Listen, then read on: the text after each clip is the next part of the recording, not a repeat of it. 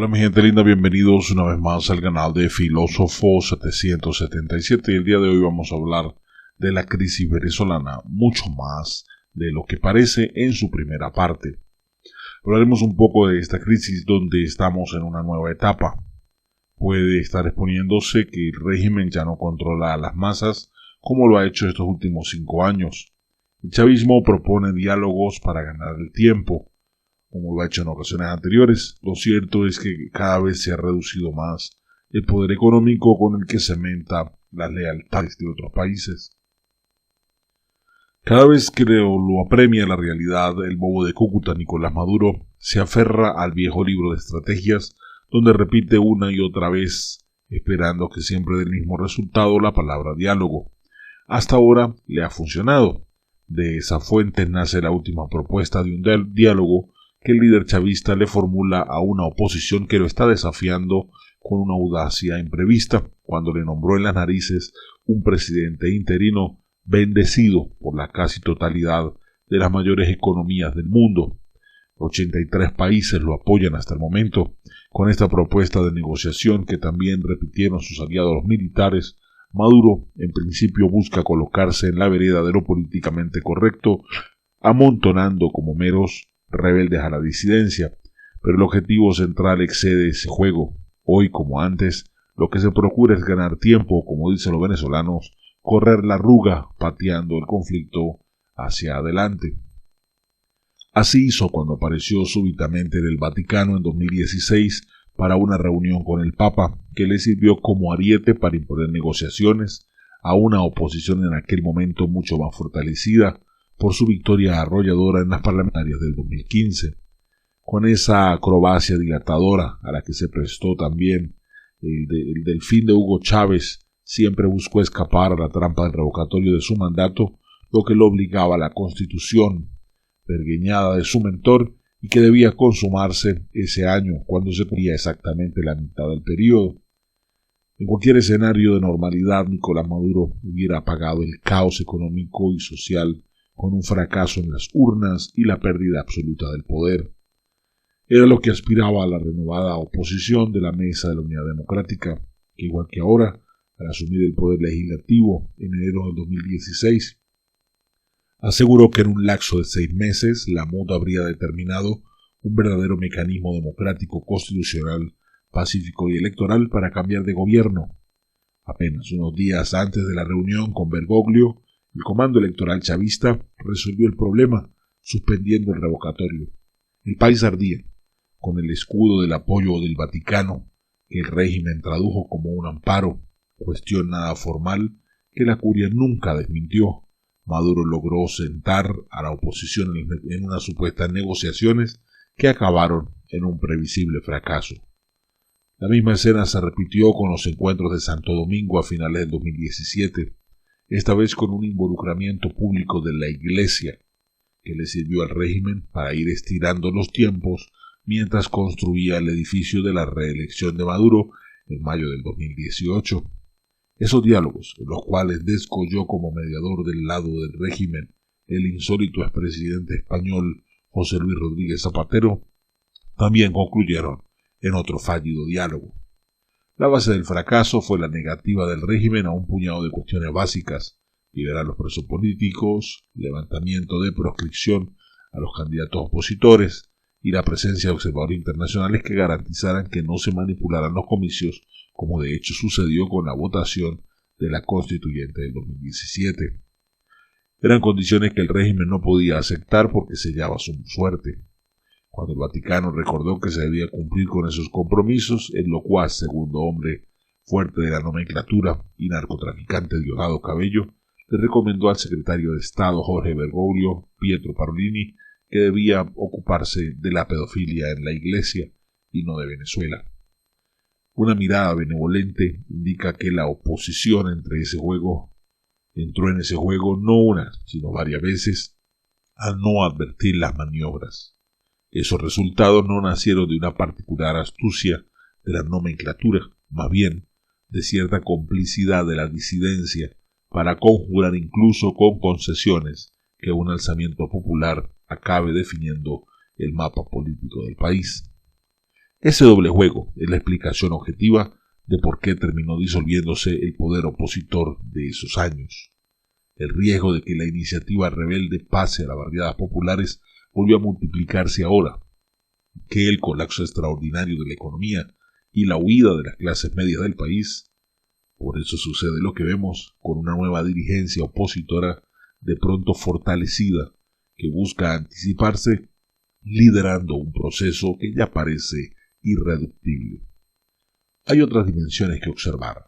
La torta distributiva con la que el régimen cementa lealtades se ha encogido a tono de la crisis. Ese proceso disparó internas encendidas a la cúpula del poder que se saldaron con purgas de aliados de Chávez y con el sacrificio de piezas propias.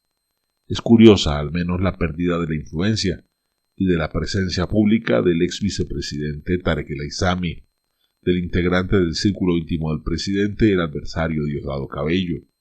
La sensibilidad del tema se advierte en que de ese reparto de fondos depende el poder de fuego de la nomenclatura, de la alta oficialidad militar y del más de 1,5 millones de comandos civiles.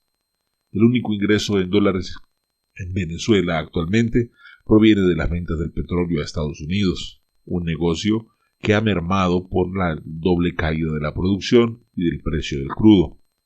El país genera poco más de 1 millón de barriles diarios, con menos de la mitad paga deuda china, otro tercio va a deudas norteamericanas, el resto se reparte a Petrocaribe y consumo local. Este panorama expone que la cuestión principal no se resume en sobre qué sucederá con la Fuerza Armada, sino de qué modo se saldará dichas fricciones en el vértice del poder. Otro dato en el cual vale la pena detenerse es el propio presidente Juan Guaidó, una figura descollante del Partido Liberal Voluntad Popular, un partido del preso político Leopoldo López, el preso político más notorio del régimen.